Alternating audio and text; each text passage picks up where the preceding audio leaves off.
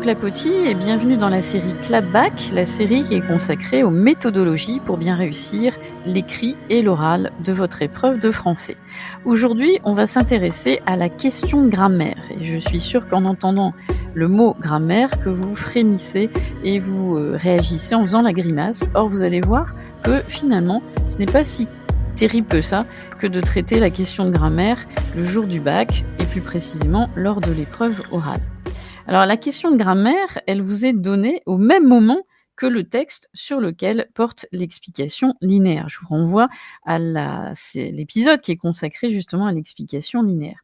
Cette question de grammaire porte sur un passage du texte à étudier et vous devez justement répondre à une question bien précise. Elle doit être traitée en 2 minutes maximum et elle vous rapporte 2 points. Je sais, vous allez me dire, si c'est que 2 points, pourquoi y consacrer autant de temps pendant l'année pour essayer d'arriver à retenir toutes ces notions? En somme, il n'y a pas tant de notions que ça à travailler et justement, on va voir ensemble quelques-unes des notions aujourd'hui. Alors l'objectif aujourd'hui ensemble, c'est de voir comment traiter cette question de grammaire, surtout comment bien cerner et comprendre les consignes qui vous sont données. Combien de fois j'ai eu des élèves quand je leur ai donné la question de grammaire qui ont fait une grimace, alors de désespoir ou de rejet complet, alors que vous allez voir que en fait, vous avez des cas de figure qui sont assez récurrents et si vous les repérez bien, eh bien, en fait, c'est une question de gymnastique et simplement d'observation des énoncés que l'on vous donne. On va commencer donc par un premier énoncé qui revient très souvent, qui est l'énoncé donc qui consiste à identifier, repérer et expliquer. Alors, on va justement ensemble voir exactement en quoi cela consiste. Et si on résume, en fait, quand vous avez cette consigne d'identifier, de repérer et d'expliquer, on vous demande en fait tout d'abord de définir la notion grammaticale qui est concernée et ses propriétés qui la caractérisent. Ensuite, on vous demande de repérer la notion dans l'énoncé qui vous a été donné et puis, si besoin, de faire, des manipulations qui montrent bien les propriétés de cette notion. Alors là, vous allez me dire, pour l'instant, ça reste très flou et ça reste, très, abstrait. Imaginons, j'ai pris un énoncé qui est inventé, mais bien sûr, vous avez compris, vous, ça sera forcément un énoncé qui est dans un texte travaillé pendant l'année. Imaginons l'énoncé suivant que vous voyez. De peur que je ne retrouve mon chemin, ma mère n'avait pas voulu que je me rende seule à ce rendez-vous. On imagine donc la consigne qui vous demande d'identifier, de repérer et d'expliquer ici plus particulièrement la notion autour de la négation. Alors, comment vous allez, procéder? Eh bien, dans un premier temps, comme on l'a dit tout à l'heure, vous allez définir la notion concernée. En l'occurrence ici, la négation et vous dites, très simplement que c'est une forme de phrase qui s'oppose à l'assertion, à l'affirmatif si vous préférez et que syntaxiquement, elle se construit normalement avec 2 termes en corrélation, le ne pas, le ne jamais et ne plus. Donc vous évoquez, tout cela et ça c'est votre définition. Un petit conseil, dans, certains cahiers d'activités de grammaire ou, de manuels, vous avez ces définitions qui sont déjà, présentées très clairement. Eh bien, faites-vous une fiche, mémo, memento, sur laquelle vous avez ces définitions simples que vous allez, mémoriser et retenir pendant l'année. Une fois que vous avez défini donc, la notion, hem, de la négation, donc là je vous laisse, voir aussi, ce que j'explique, par rapport à la négation, partielle, totale et restrictive, comme par exemple ne que. Une fois que vous avez défini, eh bien vous allez donc repérer dans la phrase que l'on vous a donnée, la négation, sa présence, significative. Eh bien, vous dites tout simplement donc, vous avez une première tournure négative: «Je ne retrouve» et une deuxième: «n'avais pas». et vous expliquez, tout simplement que dans un premier temps, vous avez constaté, donc on est bien dans la phase de l'observation, vous avez constaté ici que la première tournure négative était constituée uniquement de l'adverbe «ne», donc qui, fonctionne tout seul, et dans la deuxième portion de la phrase, vous avez constaté, pardon, que vous aviez une tournure négative avec les 2 adverbes «ne pas». Donc ça, c'est votre première phrase, votre première observation, pardon. Ensuite, vous passez à, l'identification, précisément en disant que le premier adverbe, et c'est là où vous faites ce qu'on appelle la manipulation, vous dites à l'examinateur que, si on réfléchit bien, on peut supprimer le premier adverbe sans entacher le sens de la phrase. Et ça, dans les manuels de grammaire, les cahiers d'activité, on vous l'indique bien, c'est ce que l'on appelle le nœud explétif, qui, très souvent correspond à un registre de langue assez soutenu. Le nœud explétif, si on résume simplement, c'est donc un nœud qui pourrait ne pas être mis dans la phrase sans entacher le sens de la phrase, qui sert à remplir donc la phrase sans être nécessaire, au sens il n'a pas de rôle grammatical. Vous allez me dire que c'est presque un effet stylistique que de mettre ici la négation.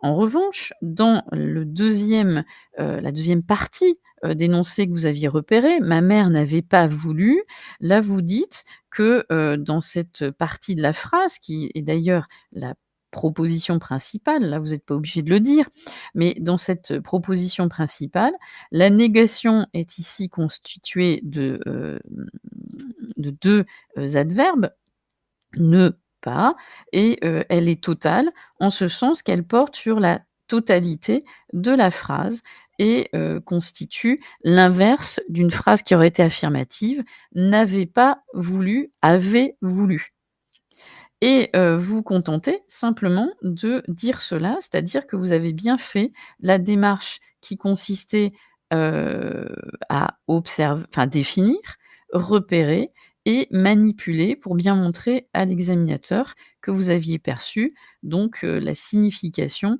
de cet énoncé grammatical. Voyez? Donc c'est pas plus compliqué que cela. Moi, j'ai tenu bien sûr plus que 2 minutes, mais vous voyez que ça peut passer très vite et en faisant cette démarche, donc je répète, de définir, de repérer et de manipuler, eh bien vous tenez sans aucun problème les 2 minutes et surtout, vous obtenez vos 2 points. Ça, c'était le premier cas de figure d'énoncé ou de consigne. Deuxième cas de figure, on va vous demander d'analyser une construction syntaxique, où on va vous demander de faire l'analyse logique d'une phrase. Alors, pareil, pas de panique parce que si on réfléchit bien, c'est, assez, simple. Parce que ça porte sur, dès que vous entendez analyse syntaxique ou construction syntaxique, on vous demande en fait d'observer une phrase complexe et de voir de quoi elle est constituée. Même principe, soyez extrêmement méthodique pour votre réponse. Vous définissez ce que c'est qu'une phrase complexe dans la langue française. Ensuite, vous délimitez les différentes propositions qui composent cette phrase complexe en partant des verbes conjugués, on va revenir dessus. Vous identifiez ensuite la nature des propositions et en option, mais c'est apprécié, vous commentez le temps et le mode de chacun des verbes qui constituent la phrase complexe. On va prendre cette fois-ci un élément, un extrait, d'un texte, et d'un poème, connu, d'un auteur, célébrissime qui est Baudelaire, heu, l'Albatros. Imaginons que vous tombez dessus, mais là c'est une hypothèse, hein, puisque ce n'est plus, Baudelaire n'est plus au programme. Le poète est semblable au prince des nuées qui hante la tempête et on va vous demander, l'examinateur va tout simplement vous dire: «Analysez, ou faites, l'analyse logique de cette phrase issue du poème de Baudelaire». Eh bien, vous allez adopter la démarche que l'on a évoquée, précédemment. Dans un premier temps, vous allez définir, donc ce qu'est la phrase complexe dans la langue française. Vous allez dire qu'elle se compose toujours de plusieurs propositions, entre lesquels existe une relation de dépendance et c'est pour ça on parle des propositions, heu, enfin la proposition principale à laquelle est subordonnée plusieurs propositions de nature, bien sûr différentes. Donc pareil, même démarche que précédemment sur la négation, allez voir des définitions très simples de phrases complexes, pour préparer vos fiches mémo. Après la définition, vous allez donc identifier, délimiter, les propositions qui constituent cette phrase complexe.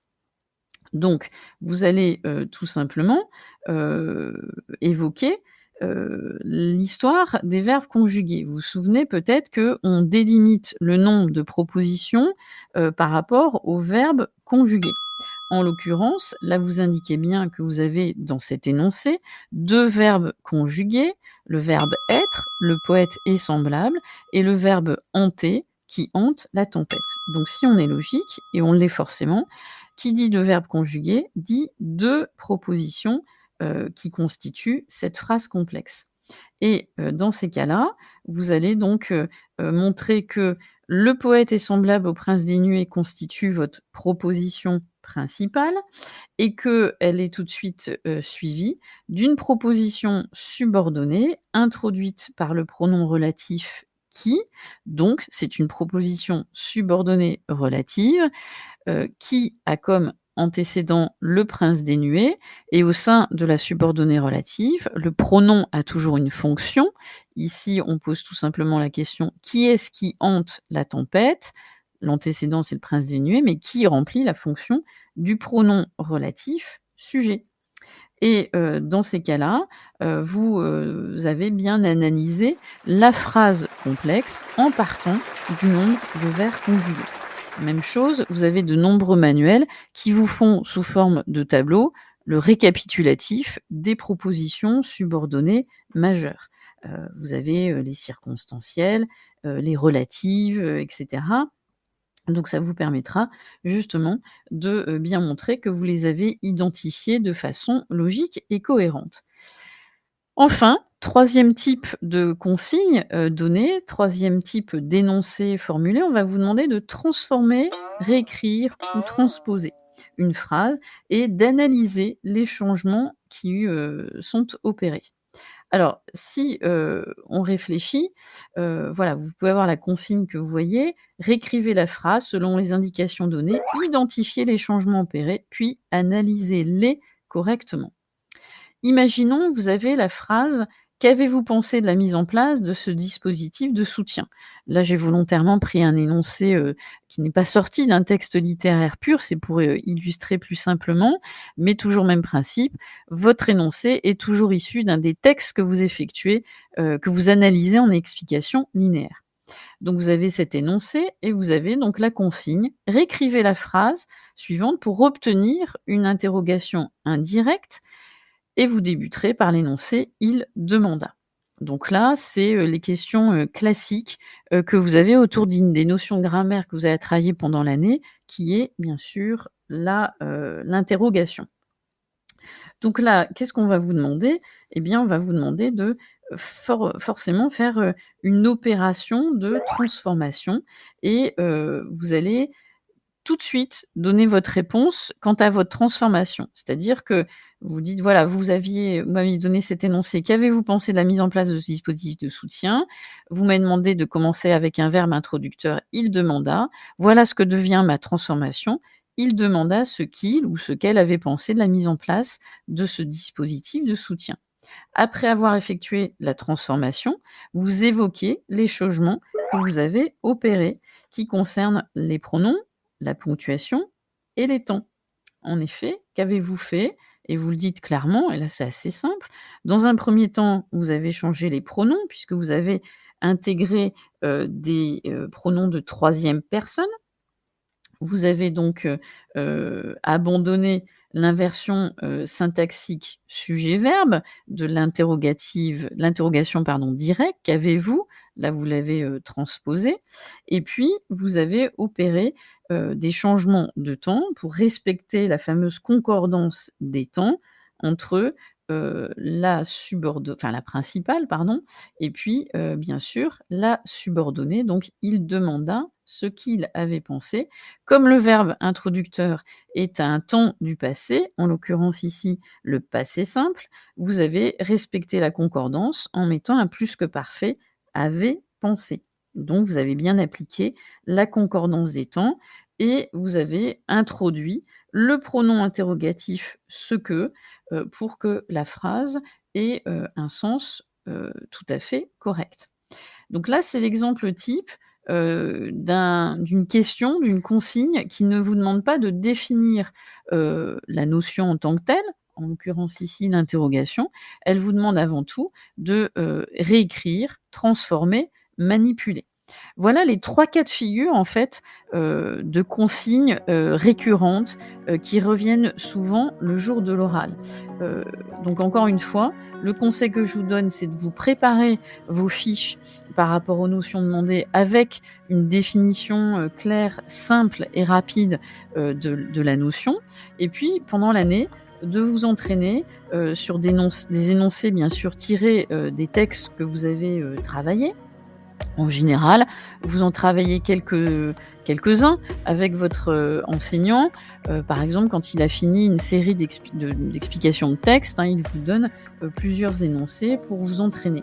La question de grammaire, c'est une question, dites-vous bien ça, c'est une question de gymnastique et j'espère que, ce petit clapback vous permettra de clarifier déjà la question de grammaire, vous plonger, dans les notions qui ne sont pas si, énormes que cela. Donc, vous pouvez vous faire, assez simplement des petites fiches Memento et dites-vous que la grammaire, ce n'est pas si compliqué. Attention, n'oubliez pas, c'est une prof de lettres qui vous parle, hein, donc si elle le dit, c'est que c'est vrai.